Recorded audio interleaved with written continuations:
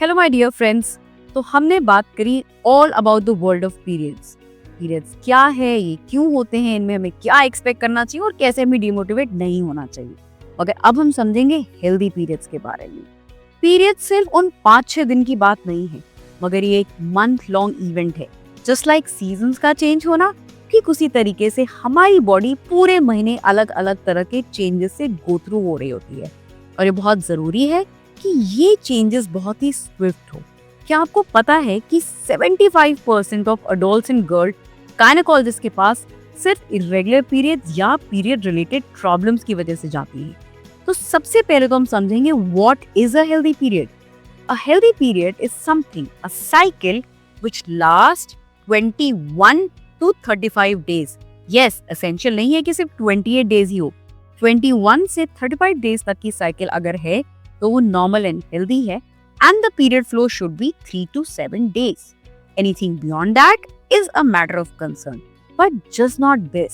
सिर्फ साइकिल की ड्यूरेशन या टाइमिंग ही नहीं, ये जरूरी है कि इस बीच में होने वाला पेन, मूड चेंजेस या बाकी डिस्टर्बेंसेस मैनेजेबल हो। यस, कुछ लेवल की डिस्टर्बेंसेस हो सकती हैं, but they should not be unmanageable. To understand all this, let's understand the phases in the menstrual cycle. सबसे पहले है follicular phase. Follicular phase को हम बसंत की तरह भी समझ सकते हैं। जैसे ही पीरियड्स खत्म होते हैं, यानी कि सर्दियां खत्म होती हैं, तो कैसे नए नए फूल खिलते हैं, ठीक उसी तरीके से फॉलिकुलर फेज में हमारी यूट्रस की वॉल पे नई लाइनिंग धीरे धीरे बनना शुरू होती है, नए फ्लावर्स धीरे धीरे खिलना शुरू होते हैं, और ये लास्ट करते हैं 7 to 10 डेज। इसे हम कहते हैं फॉलिकुलर फेज। नेक्स्ट होती है ovulation phase. This is just like summer, जिसमें फूल एकदम पीक पे होते हैं। मतलब कि ओवुलेशन फेज पे हमारी बॉडी एग रिलीज करती है। This happens at the 14th day and the body is fertile for 24 to 48 hours, called as the ovulation phase. फिर आती है लूटियल फेज, जो कि ऑटम की तरह होती है।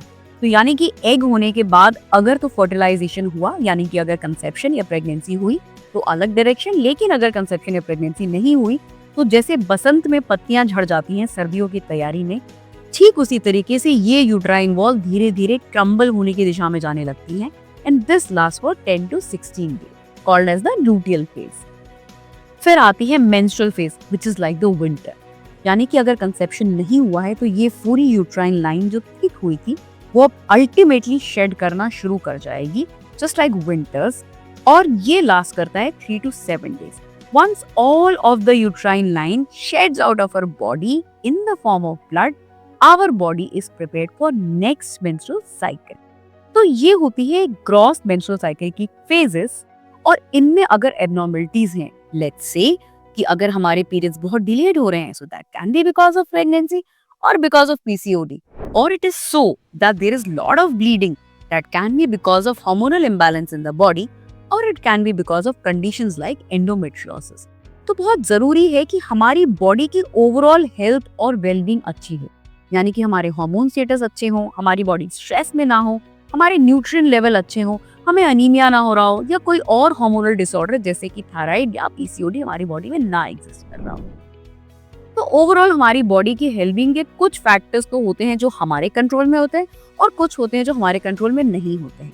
हमारे कंट्रोल में क्या होता है? हेल्दी डाइट रखना।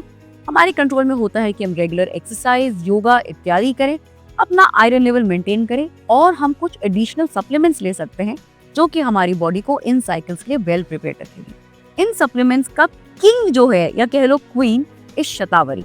शतावरी एक ऐसा कंपोनेंट है जो कि हमारे हार्मोनल सिस्टम को बिल्कुल फाइन ट्यून करके रखता है। जैसे रेडियो में वो ट्यूनर होता है ना, ठीक उसी तरीके से शतावरी हमारी बॉडी के हार्मोन्स को एकदम बैलेंस में रखती है, जिससे कि हमारी वाइटैलिटी का गेम टॉप नॉच हो। सेकेंड ऐसी चीज होती है लोद्रा। लोद्रा जो होती है वो एक्सेसिव ब्लीडिंग को प्रिवेंट करती है। तो स्पेशली अगर पीरियड्स के समय इसको हम यूज कर रहे हैं, हम ओवरऑल यूज कर रहे हैं, तो हमारी बॉडी एक्सेसिव ब्लीड नहीं करेगी। एक्सेसिव ब्लीड नहीं करेगी तो ऑब्वियसली हमारा आयरन लेवल भी हेल्दी रहेगा। और तीसरी बहुत ही इंपॉर्टेंट चीज होती है चेस्टबेरी। चेस्टबेरी क्या करता है कि वो हमारे हार्मोन्स को इस तरह से रेगुलेट करती है कि हमें पीएमएस के सिम्टम्स ना हो, जैसे कि ब्लोटिंग, इरिटेबिलिटी, मेमोरी लॉस, गुस्सा आना, चिड़चिड़ापन, पेट में दर्द। इन सारी चीजों को चेस्टबेरी कंट्रोल करती है। तो हम ऐसा क्या करें जिससे कि हमें शतावरी, लोद्रा, अशोका, चेस्टबेरी इकट्ठा मिल जाए? Obviously a good supplement. In supplements को ढूंढना बहुत मुश्किल होता है, मगर अगर हमें कुछ इंपॉर्टेंट पॉइंट्स पता हो तो हम सही सप्लीमेंट को मार्केट से फिगर आउट कर सकते हैं। नंबर 1, ध्यान दें कि केमिकल फ्री हो, क्योंकि आपकी बॉडी बहुत ही डेलिकेट है और हम इसमें केमिकल्स बिल्कुल भी नहीं आने देंगे। Number 2, this should be prepared from aqueous extraction, यानी कि प्योरेस्ट फॉर्म में हर्ब्स हमारी बॉडी में आए, and they should be made by nano technology. Nano technology in particles को बहुत ही स्मॉल कर देती है, जिससे हमारी बॉडी इसको इजीली एब्जॉर्ब कर लेती है। तो ध्यान देंगे सप्लीमेंट चुनते समय कि वो नैनो टेक्नोलॉजी से बने हुए हो, वो एक्वस एक्सट्रैक्शन द्वारा हो और वो प्योरली केमिकल फ्री हो। And not just this, ensure that you drink lots of water, ensure that you do yoga, meditation, and you stay happy in life.